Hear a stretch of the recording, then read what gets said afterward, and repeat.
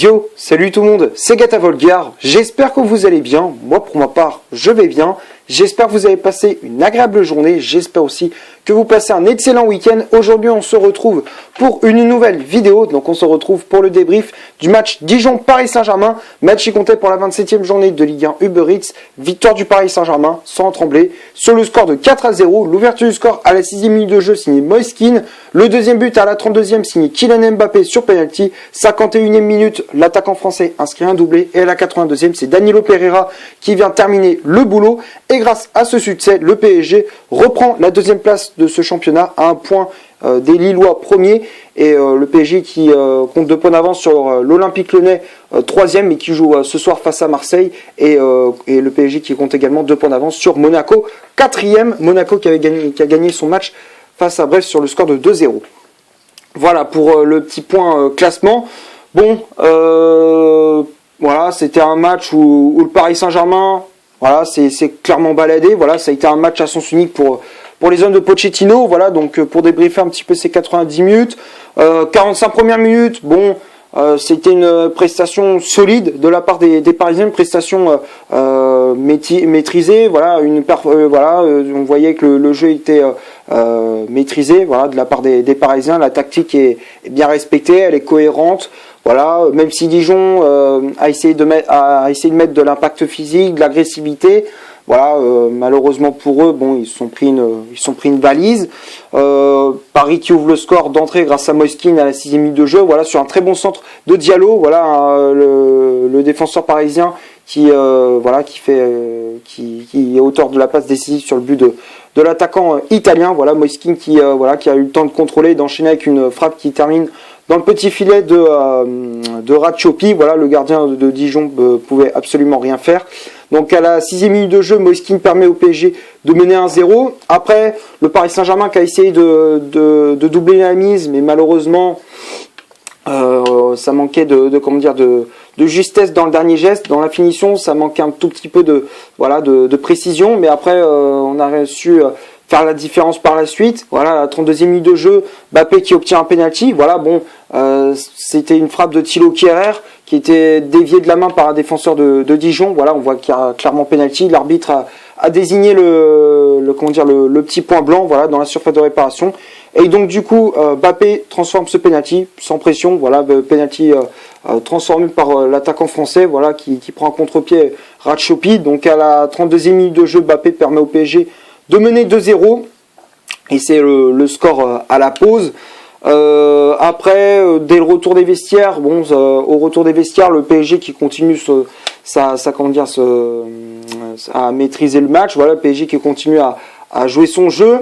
Et à la 51e, Mbappé qui inscrit ce 3e but. Voilà, encore une fois sur un très bon ballon de Rafinha. Voilà, justement Rafinha qui était titulaire dans ce match pour une fois. Voilà, depuis l'arrivée de Pochettino, il n'a jamais été titulaire d'entrée. Là, il était titulaire contre Dijon et il a fait une bonne prestation. La preuve, il a été auteur de la passe décisive sur le but d'Mbappé. Il a été auteur d'une passe décisive. Voilà, Rafinha qui a parlé sa créativité. Il a porté du danger.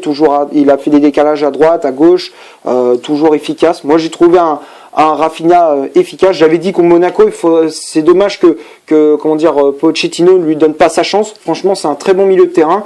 Il apporte de la créativité et tout, même si voilà, en face Dijon c'était faible. Mais voilà, la preuve, il a fait parler sa créativité. Voilà, comme j'avais dit contre Monaco, faut le mettre titulaire, faut le mettre au poste de numéro 10 quand Verratti n'est pas là et quand Neymar n'est pas là non plus. Voilà, il faut mettre Rafinha à ce poste de numéro 10, il est efficace et la preuve, il a fait parler son efficacité. Donc voilà, et derrière Mbappé, comme je disais, il a inscrit ce 3e but sur la passe du milieu brésilien. Et à la 82e minute de jeu, voilà, le Paris Saint-Germain qui vient terminer le travail grâce à Danilo sur un corner de Draxler, voilà, venant de la gauche. Et Danilo qui vient couper ce corner au premier poteau, qui vient battre Anthony Ratchopi. Voilà, donc un coup de tête puissant de la part du milieu portugais. Et donc à la 82e minute de jeu, Danilo permet au PSG de s'imposer sur le score de 4-0.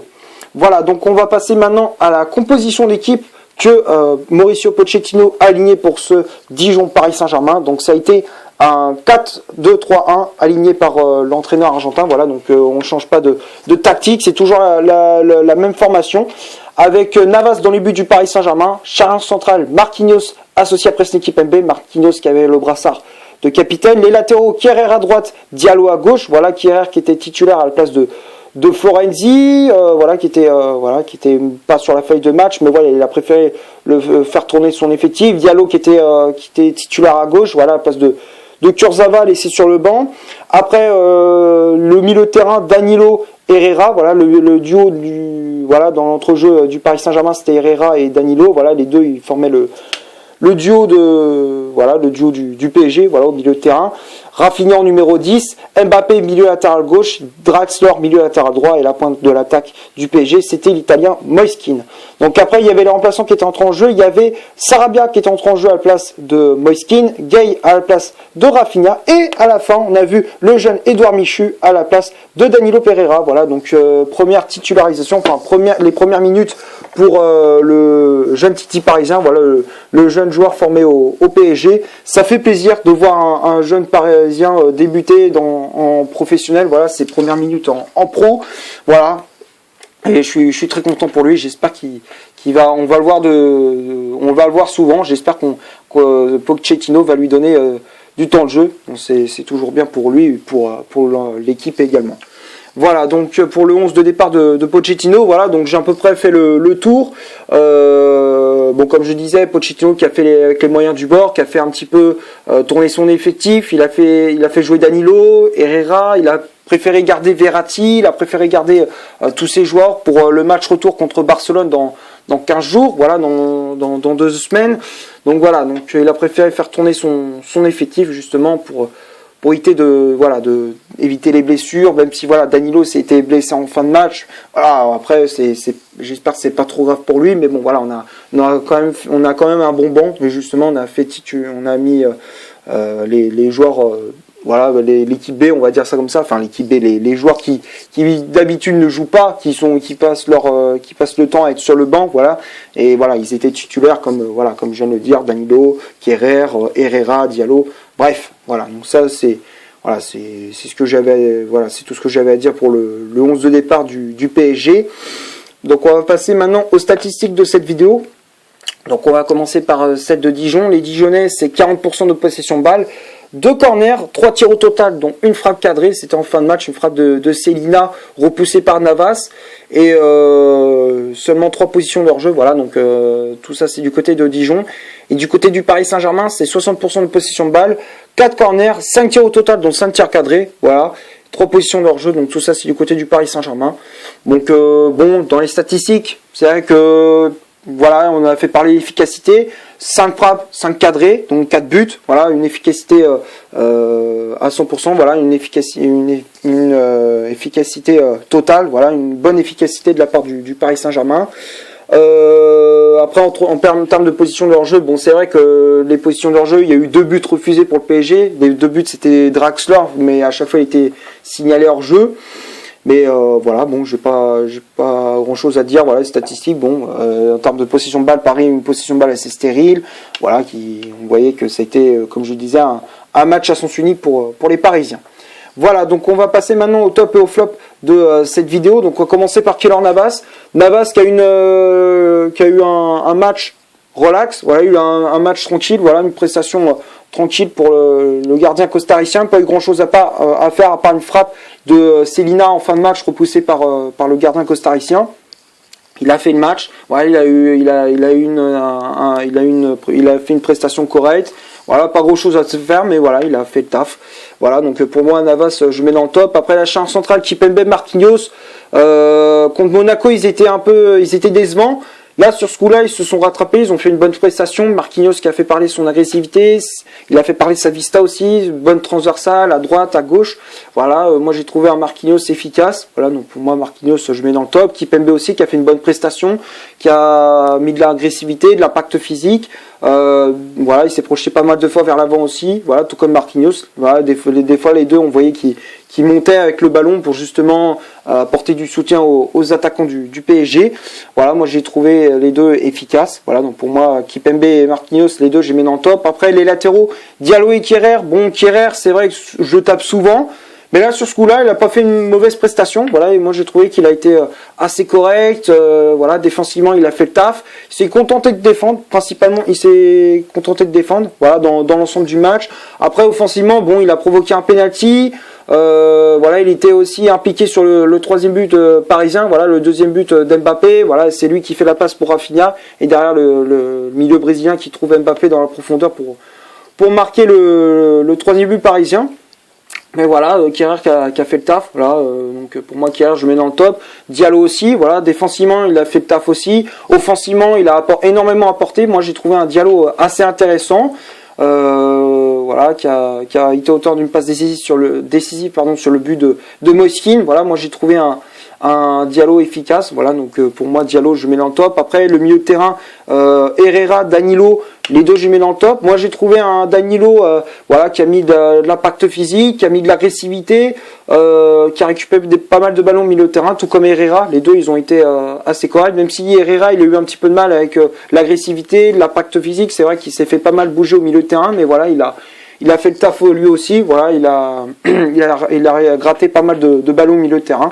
Voilà, donc pour moi, Herrera et Danilo, les deux, je les mets dans le top. Après, Rafinha, comme je disais, pour moi, il a fait le taf aussi au milieu de terrain. Moi, j'ai trouvé qu'il a été efficace. Il a été auteur d'une passe décisive sur le but de Mbappé. Voilà, sur le deuxième but de l'attaquant français. Voilà, il a fait parler sa créativité. Il a fait parler son jeu. Voilà, il a apporté sa touche technique. Voilà, c'est vrai que voilà, il a fait parler son efficacité au milieu de terrain. Voilà, moi j'ai trouvé un Rafinha très intéressant. Voilà, on réclame souvent la titularisation de Rafinha depuis l'arrivée de Pochettino. On l'a eu et voilà, il a fait parler son efficacité sur le terrain. Voilà, donc pour moi Rafinha je le mets dans le top. Après les ailiers Draxler et Mbappé, il a fait le taf. Voilà, il a inscrit son petit doublé, il a inscrit un doublé, il a marqué ses deux buts, dont un sur penalty. Il a fait parler sa vitesse, il a réussi à percer cette défense de Dijon. Voilà, il a réussi à percer la défense dijonnaise à plusieurs reprises. Voilà, voilà, moi j'ai trouvé que Mbappé il a fait le taf, il a fait un match assez complet. Voilà, donc pour moi Mbappé je le mets dans le top. Draxler aussi qui a fait une bonne prestation, même si voilà, il a été malheureux sur les deux buts refusés. Voilà, ses deux buts ont été refusés pour une position de hors-jeu. À part ça, il a été auteur d'une passe décisive sur le but de Danilo, voilà, sur le corner. Voilà, après dans l'ensemble, il a été efficace, même si en première mi-temps, on l'a un petit peu moins vu, voilà, mais en seconde mi-temps, il a été assez intéressant.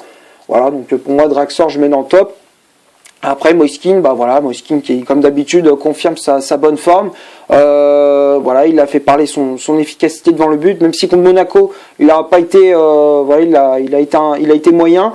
Mais voilà, Moiskin, moi j'ai trouvé très intéressant. Voilà, dans ce match-là, il a fait parler son efficacité devant le but. Voilà, il a marqué son petit but. Voilà, moi j'ai trouvé un Moiskin très intéressant. Il a pesé sur les défenses sur la défense de Dijon. Voilà, il a usé la défense de Dijon à plusieurs reprises. Voilà, donc pour moi, Moiskin je mets dans le top. Et après les remplaçants, Michu, Gay et Sarabia qui a fait une bonne entrée en jeu. Voilà, qui a même s'il a manqué l'opportunité pour Mbappé, voilà, à la fin de match, il y avait une occasion pour Mbappé, voilà, mais malheureusement Sarabia a mal servi l'attaquant français. Mais voilà, Sarabia qui a fait une bonne entrée en jeu, Gay aussi qui a fait une bonne entrée en jeu, qui a porté voilà, son volume de jeu, qui a gratté pas mal de ballons au milieu de terrain. Voilà, donc pour moi Gay je mets dans le top, et le jeune Michu qui a fait une bonne entrée en jeu, Edouard Michu qui a fait une bonne entrée en jeu, il n'a pas eu beaucoup de ballons mais il a fait le taf. Voilà, donc pour moi toute l'équipe a été au top, et même Pochettino en conférence de presse il a dit qu'il était fier de ses joueurs. Voilà, dans ce match, voilà, il a trouvé que son équipe a été efficace, et c'est ce qu'on a vu justement contre cette équipe de Dijon. Voilà, donc c'est tout ce que j'avais à dire pour ce Dijon-Paris Saint-Germain. J'espère que la vidéo vous aura plu. Si c'est le cas, vous laissez un énorme like. Tu cliques ici pour t'abonner pour rien rater de mes vidéos. Tu cliques ici pour voir une autre si tu le souhaites. N'hésite pas à rejoindre mon compte Instagram qui est dans la description. D'ici là, portez-vous bien. On se retrouve pour une prochaine vidéo. Ciao!